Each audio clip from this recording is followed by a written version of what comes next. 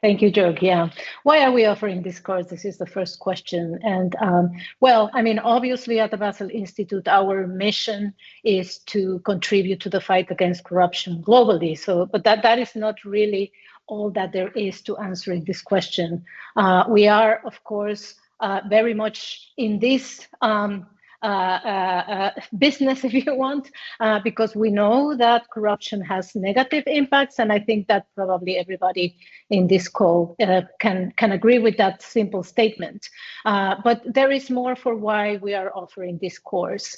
Honestly, I think that most of you, I'm assuming, will be familiar. There's already a ton of literature and resources on corruption and anti-corruption, and there's a lot of offers out there for giving advice on how to fight corruption. What we are bringing to the table that is very unique and that makes our offer, you know, an added value is that we're not just people doing research from our desks. We are practitioners and we work with implementers, and we work in concrete projects on the ground globally. We have experiences dealing with corruption, you know, through different approaches across all geographical regions. So for that, we are able to say that we can provide, you know, the knowledge and the experience of what works, where, and why. So this is part of why we're offering this course, to share our experience. The other reason why we're offering this course, and also why this course is called Mastering Today's Anti-Corruption Challenges, is because we are very aware that we are living at the moment through very, very complicated times. Things are changing drastically and rapidly, and most of us are in a state of confusion, and it's becoming increasingly difficult to figure out what is going on.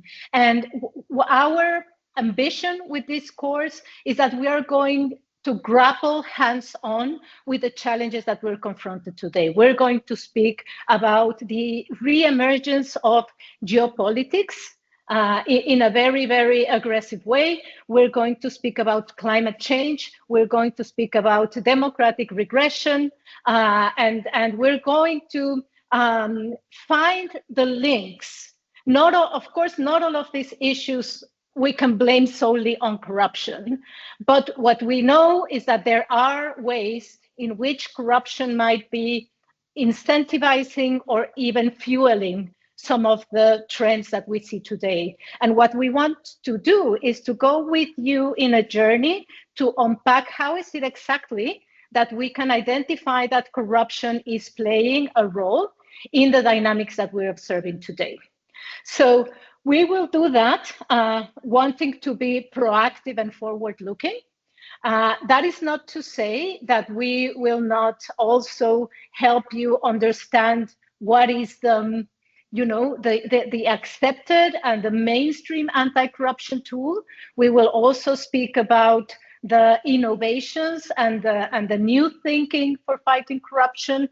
But we will engage with all these topics critically in a way that can help us come up with insights that are actionable and that are concrete. Here we are not interested in coming up with conclusions that, well, it's about increasing transparency, full stop. God knows what that means. Or that we should simply try to make governments more accountable.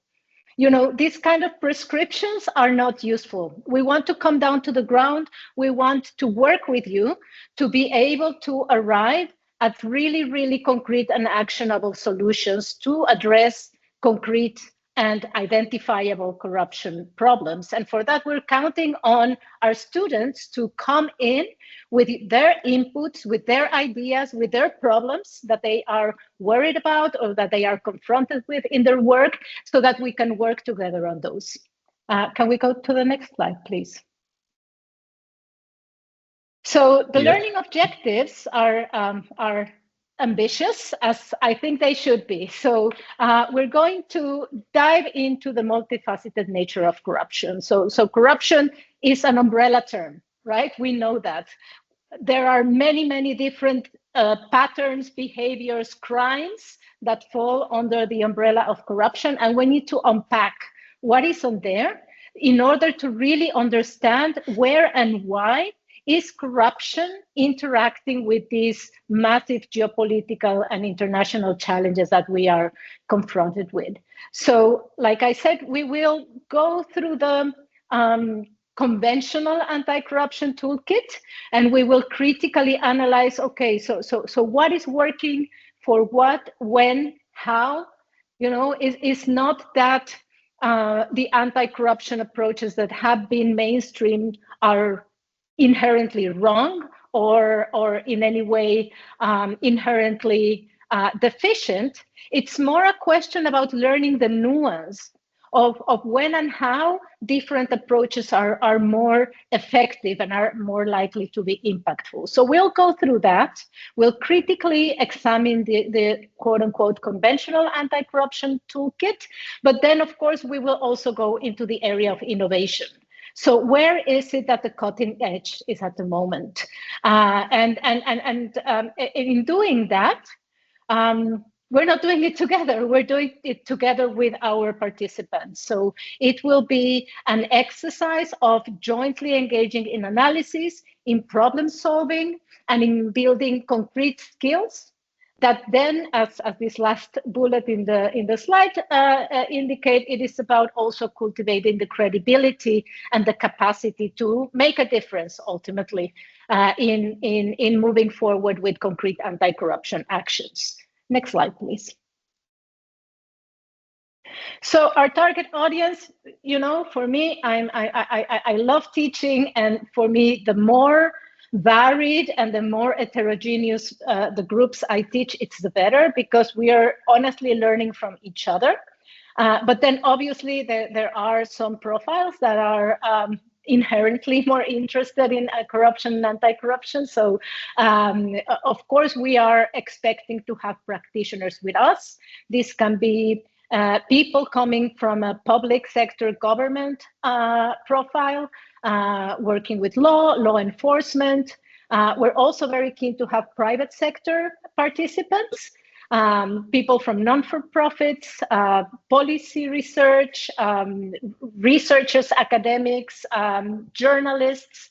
I think that there will be interesting material for everybody, and our material is not going to be static and rigid. We really want to make sure that based on the profiles and the interest of the participants in our course, that we will make the curriculum speak to your challenges and to your needs, so that we can together discuss, you know, how we learn from each other, and how we can come up with, you know, actions and with, you know, pathways and tools to thinking around the biggest corruption problems of our times.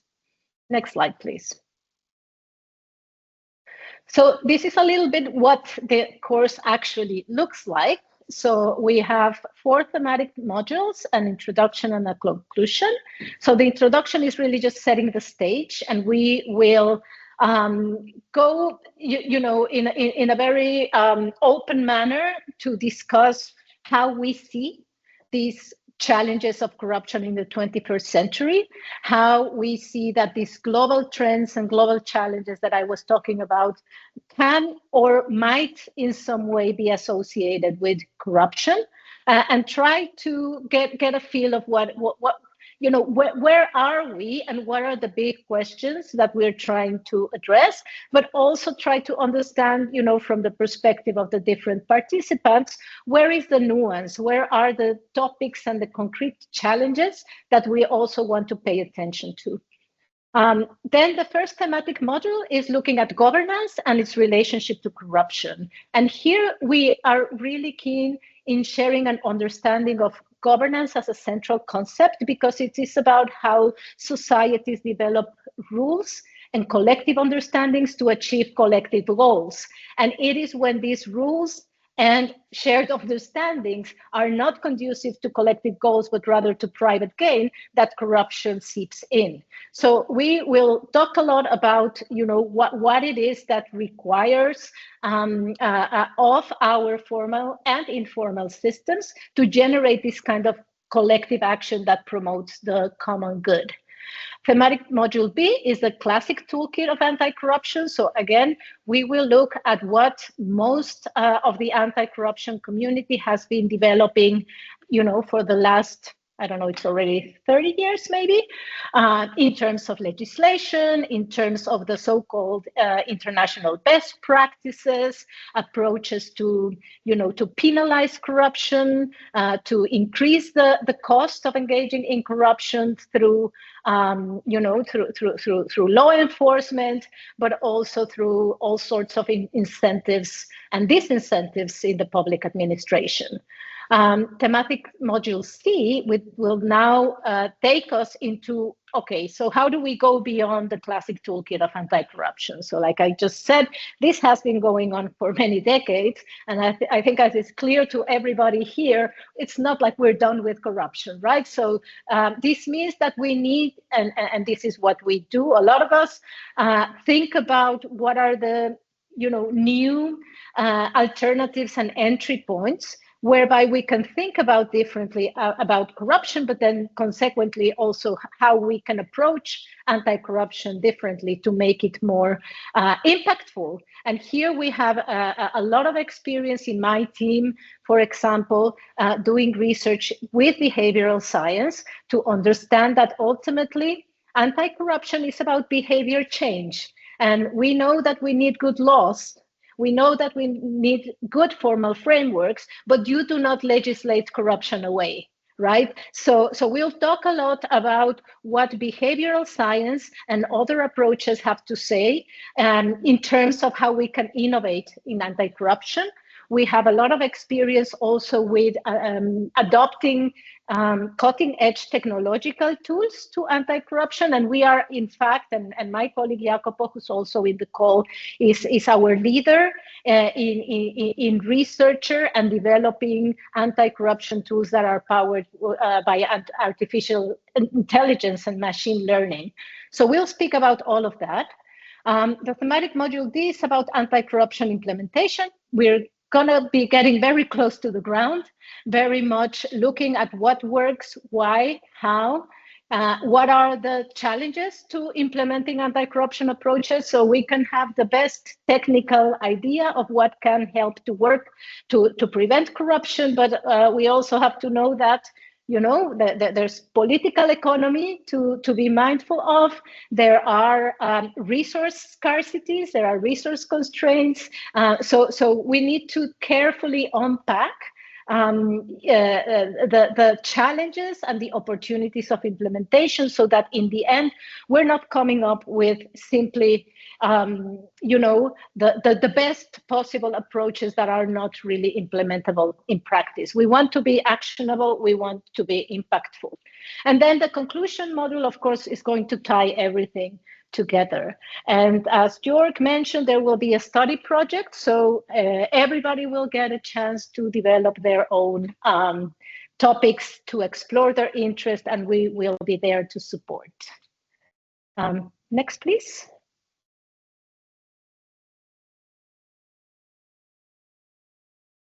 Yeah, so your instructions, there's me, of course. I'm Claudia Baez Camargo. I'm the director of the Prevention Research and Innovation team. And I'm very much joined and supported by my colleagues Sara Casa and Jacopo Costa. We will not be alone in this endeavor. We have a good network with very, very knowledgeable and experienced colleagues who we are bringing on board. And we are doing our best to put together the best curriculum possible. Next slide.